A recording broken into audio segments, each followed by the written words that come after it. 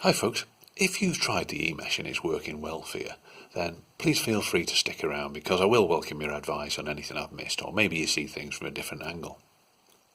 Also, if you're one of these people who's having a hard time sourcing the components, then the first part of this video will give you some information on this. But to the folks who are having a hard time getting it working, this video is dedicated solely to you. I'm really sorry you're having problems, I can feel your disappointment, and in this video we're going to try and do everything possible to get things sorted. As you may have noticed, the video is divided into chapters, so feel free to jump to the relevant bit for your issue.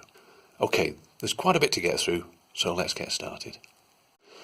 To anybody who hasn't bought the kit yet, the big message here is try and stick with what Adeptus or myself used in our original videos, especially the Modbox. We know these setups normally work really well, and if they don't, it should be a lot easier to diagnose problems with them. So let's chat about the choice of Modbox then. Now, direct Emesh vaping can be done in one or two possible modes. There's the temperature controlled mode, and you may remember this was the TCSS setup as demonstrated in both mine and Adeptus' videos. But there's also another one which is fixed wattage, and this makes a good alternative if for some reason the temperature control modes can't be used. As regards temperature control mode, it's now apparent that not all Modbox models have a temperature control capability that's suitable or perhaps good enough for direct Emesh vaping. We don't really have a complete picture on which are good and bad, but I've had reliable reports from the following ones. Firstly, the Geek Vape Aegis Solo, the Geek Vape Aegis X 200 watts, the Geek Vape Legend, and the Smok 80 watt baby. And so far that's all. I'm sure there are others, but they're the only good ones so far that have credible confirmation that will work properly for Emesh in temperature controlled modes. Now, temperature control modes of operation can be a little bit finicky on any Modbox, so if you're having trouble, then you can try the other mode, which is by using power or fixed wattage mode, and I'll describe exactly how to do this in a while. But I guess the message is clear. If you haven't yet bought a Modbox, then one of those Geek Vapes mentioned would be a good bet, or maybe the Smok baby, until we know more information about which are good and bad. A word about the RDA. I used the VandeVape original in mine, but the VandeVape Mark II is also just as good. In the USA, availability has been a challenge, but the Waterfo profile can substitute. I've had mixed reports from this device, but if you can live with the reduced internal space, then I'm assured it will work quite well. With a bit of searching around, you can often find knockoffs of the VandeVape original, and here's one on AliExpress, and I've had it reported that it's almost indistinguishable and just as apparently as well made as the VandeVape original. Another very promising alternative is the Vapefly Mesh RDA and RDTA, and this is also mentioned actually in the original Nexus post, although I've never heard any feedback reports from any owners on it. And another one I've just come across, this is the DigiFlavor Mesh Pro RDA. Again, I've got no feedback reports, but to me it looks, well, rather nice. Keep a watch on the video description because, as per usual, I'll be updating this if I come across any others that look promising.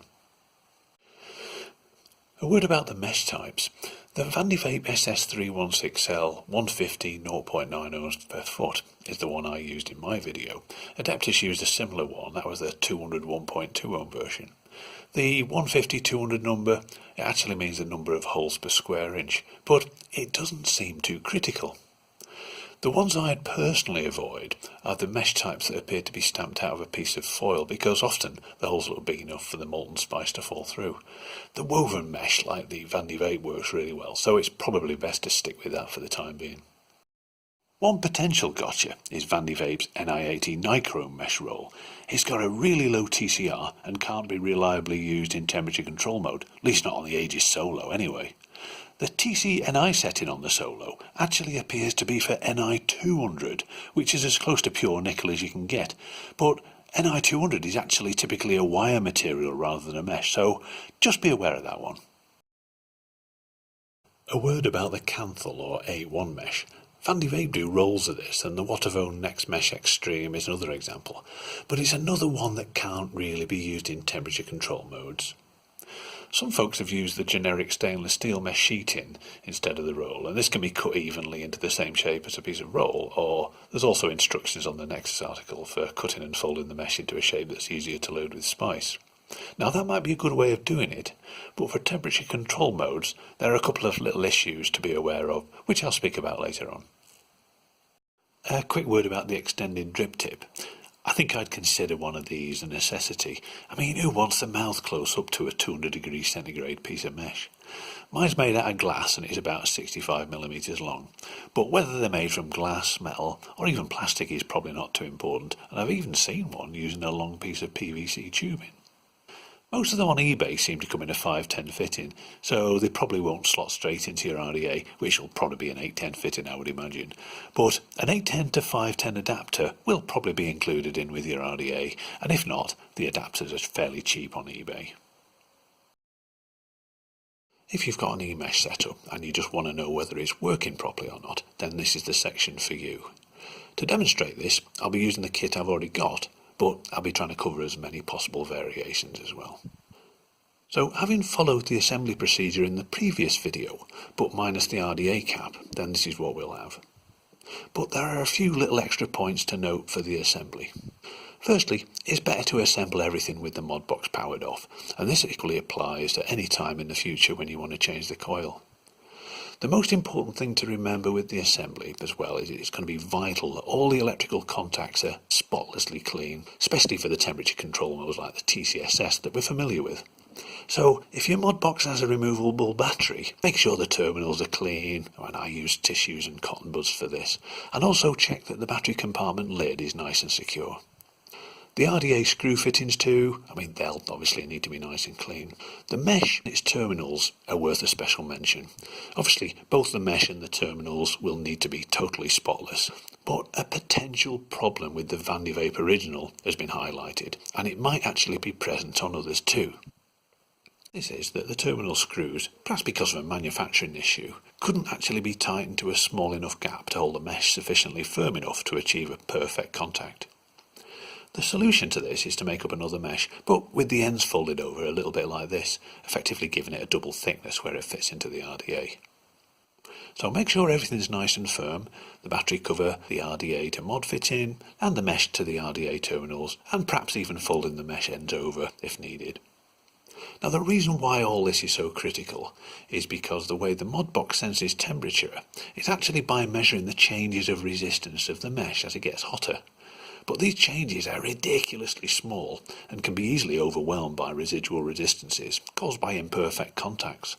And if we get these imperfect contacts, the temperature control can be very easily dramatically screwed up, resulting in either a totally cool mesh or a glowing red hot one, or anywhere in between. So after assembly, power up the Modbox and we should get the new coil prompt appearing. Now for this testing routine, we are going to need this prompt, so if you can't see it, then do the following to bring it back up again. With the power on, unscrew and remove the RDA. With the RDA removed, briefly press the fire button and we should get the no coil detected message coming up. Then switch the Modbox off, refit the RDA, make sure it's all firm, and then power back up again, and we should see the new coil message appear. From the new coil message, note the value of the new, which will depend on your mesh type, and I guess the length you originally cut it. But a rough idea of what it should be, give or take round about 0.05 ohms, would be something like these values here. So bear in mind that these are just for standard mesh rolls, so if you've cut a piece from mesh sheeting and bent it into shape like we showed earlier, then these won't really apply. Also, the test procedure that I'm about to describe is actually better suited to the Vandivape rolls that we've already mentioned. So accept the new value of the coil. On the Aegis Solo, this is done by pressing the upper half of the lower button, and you will then find this new value. It will appear on the coil display, and it will be taken by the Modbox as a reference resistance for room temperature. If you've cleaned and ensured that everything electrical is nice and firm, but your coil resistance is still wildly outside what's being shown here, then I guess it might be an early indication of some kind of anomaly that might result in us having to abandon temperature control mode and instead use fixed wattage. But just for now, we just bear that in mind. And also, at this point, it's probably worth mentioning the resistance lock. You can toggle this by moving the cursor to the coil and pressing the lower button. I've never ever locked mine and it's always performed faultlessly, but I did have one guy report that his temperature control problems were solved by locking his resistance. Now, if my theories are correct on what this does, then I can't really see how it would help, but I mention it just in case. So for the next bit, we'll make sure we've got the Modbox set up to match our mesh. Now we've got the SS316L, so I'll set the mod to TCSS. Starting off with 204 degrees centigrade and the wattage to 35, although in reality any value above 20ish will be fine for this, and it'll only have a slight effect on the warm-up time and not the overall temperature reached. Now just to explain a little bit about how the temperature control mode works.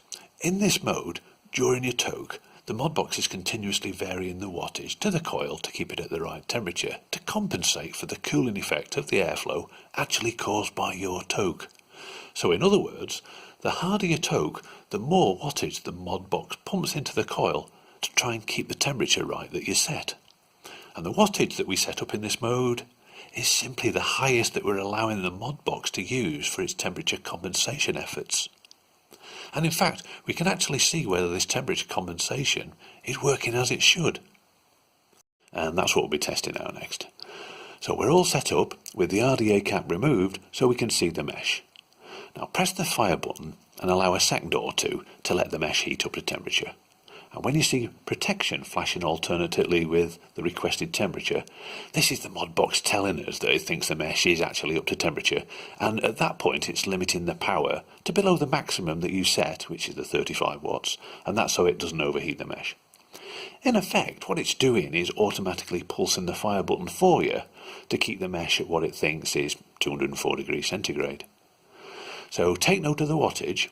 Now with still air and at ambient room temperature, we should be looking at around a sort of figure between 4.8 to 5.5 watts here. If it's a little over or under, then no problem, we can easily tweak this. But if it's way outside, for example the mesh is glowing red hot, or there's another sort of problem, well, we might have to recheck the mesh, the settings, the tightness of the electrical connections and so on. And if it still can't be solved, then we might have to use the fixed wattage mode instead of temperature controlled mode. This is not a problem, and we can chat about this in a while. But assuming we get a reasonable reading here, the next job is to repeat the test, but this time take the readings where they really matter. In other words, during a normal toke. Of course, we'll all have our idea of what a normal toke is, so I'll describe my standard toke here, just for this test. So, starting with empty lungs, start a slow and constant inhale and aim to fill your lungs to about 80% capacity after about 10 seconds. I know that's a bit approximate, but it should do for this test. The point is, try and keep it very slow and very constant. So with the cap on the RDA, and of course using an empty mesh, do a normal toke like I just described. And here we should be looking at a figure varying between about 14 to 16 watts or something like that. If this is roughly what you're seeing on your display, then this is a really good sign there's nothing wrong with your temperature control. It's working as it should. But what if the wattage figures were outside these values? Well, obviously, the slow toke wattage is what we're most interested in, and if this is a few watts higher of what we've said here, then the easiest way of correcting it is simply to increase the temperature if the wattage is too low, and reduce it if it's too high, and then try the toke test again, of course still using an empty mesh. And don't forget, the temperature that does actually give us the correct slow toke wattage isn't necessarily what we'll be sticking with forever. It's just a good starting point from which we can fine-tune a bit more when we start toking with a loaded mesh. Now if during a toke the wattage jumps straight to the maximum 35 watts, or maybe just remain less than a couple of watts, then it sounds a bit like you've got a problem with your setup. Now you can recheck the mesh to make sure there's no stray bits touching the inside of the RDA body, or reset and bring up the new coil prompt like we described earlier. But if you've already tried all of that and double check your mesh type, the Modbox settings, then really, I'd advise switching to the fixed wattage mode, and I'll describe that next. Now, fixed wattage mode has several big advantages over the temperature control modes, and it's got almost no real disadvantages. In hindsight, it definitely would have been better to emphasise these modes in the original videos, but at the time we just weren't aware of the problems with temperature control, or even how they work, to be honest with you. The biggest advantage of fixed wattage is it's far more tolerant of imperfect conditions, and in fact a large range of Modbox problems, and this is because the amount of power that's pumped into the coil is not dependent on minuscule changes of resistance, and the whole thing can be, if done properly, an awful lot more predictable. In short, it's a good simple method that should work well on pretty much any Modbox.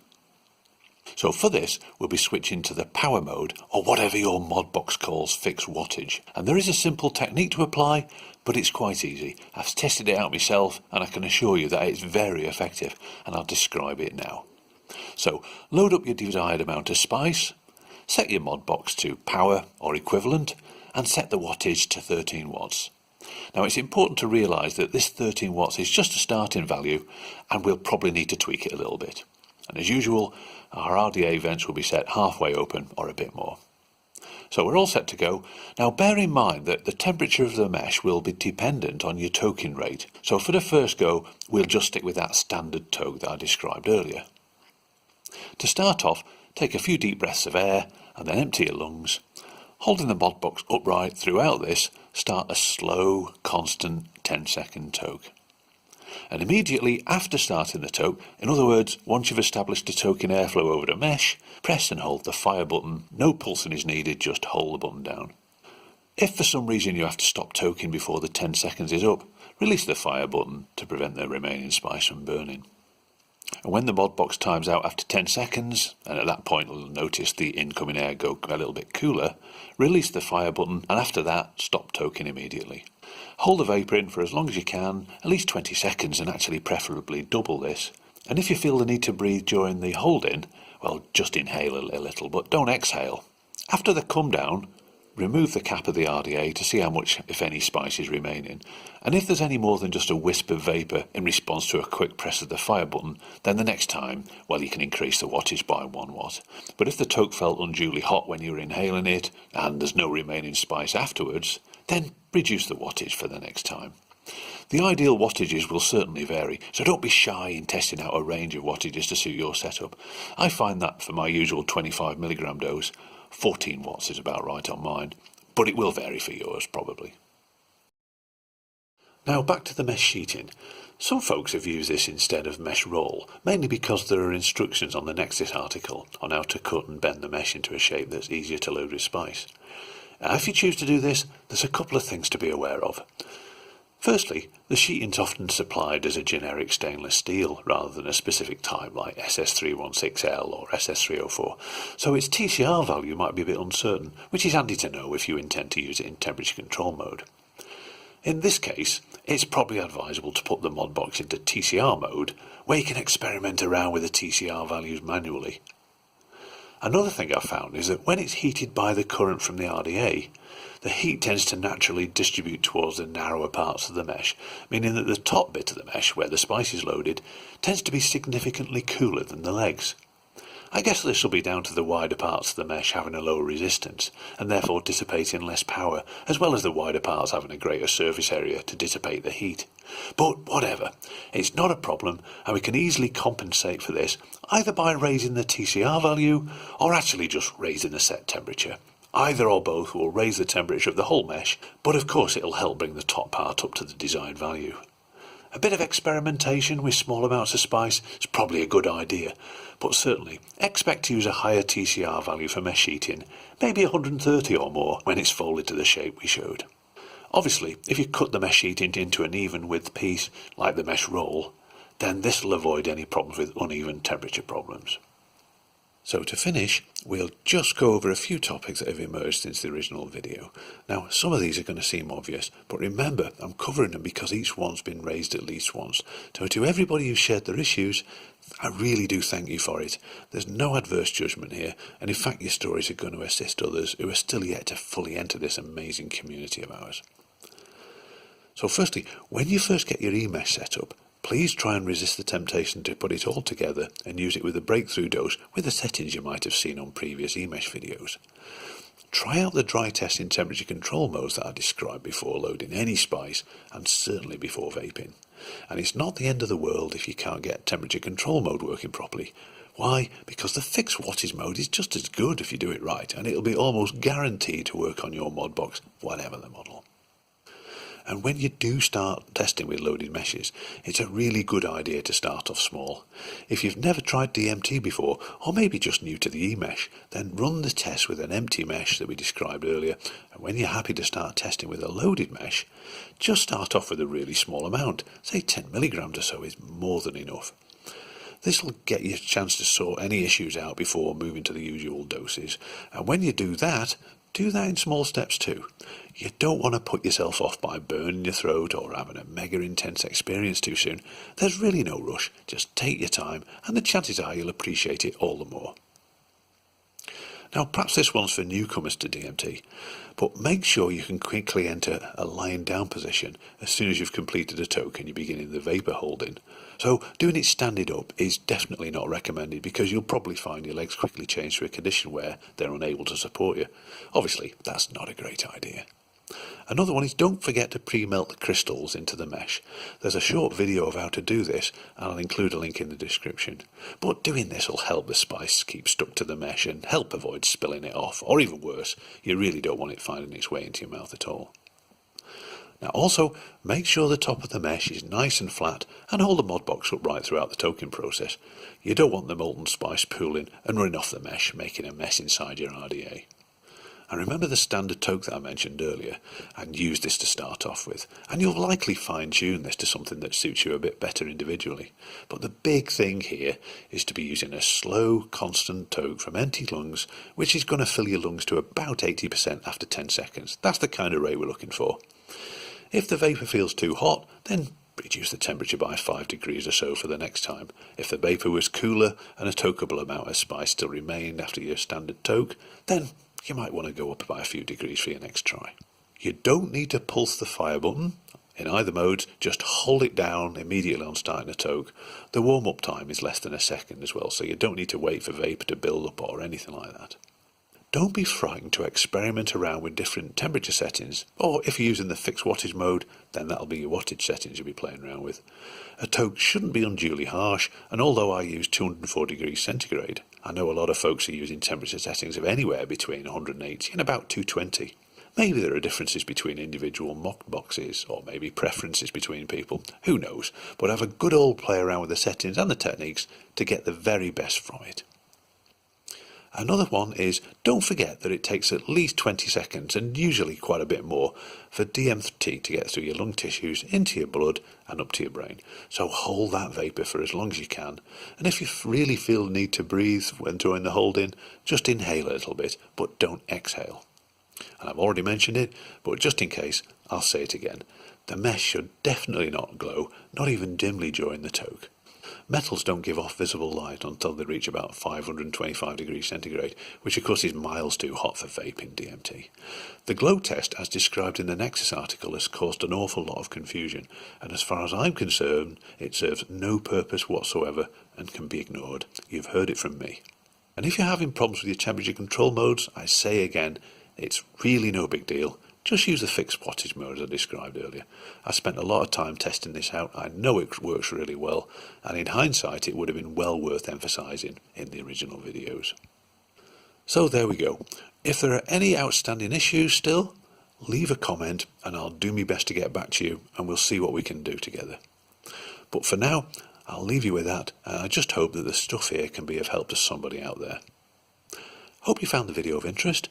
Maximum respect, and I'll catch you very soon. Bye bye.